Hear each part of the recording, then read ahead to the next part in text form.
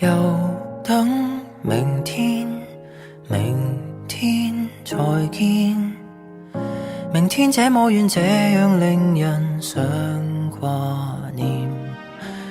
月色旁邊留一線，日後會寫上我們的詩，如可以。你着墨成圓點，我記聚成圓圈，沉悶風景一息間變小說。誰這刻的視線都只有蒙蒙春天，朦朧中只得你是光線。這句話如何的開始，如何的體似，無人知曉的心意。很想接下去描寫初戀，又猶豫心思仍錯亂。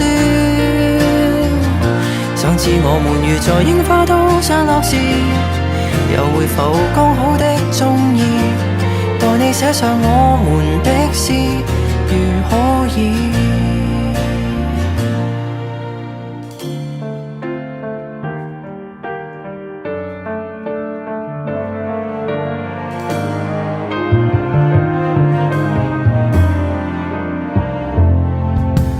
微小日子隨想而已，明天應該會再續這個小故事。月色還好，還可以，就是太想說我才失語無限次。這句話如何的開始，如何的體似，無人知曉的心意。很想繼續去遊這花園，來來回編織成故事。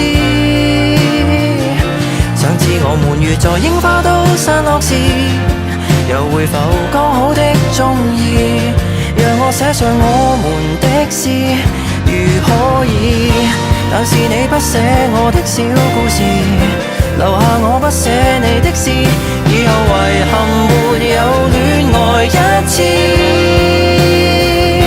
匆匆4月如何的開始，如何的終止，從來無牽手的章節，翻開了無數情節，到最後都沒有那些事。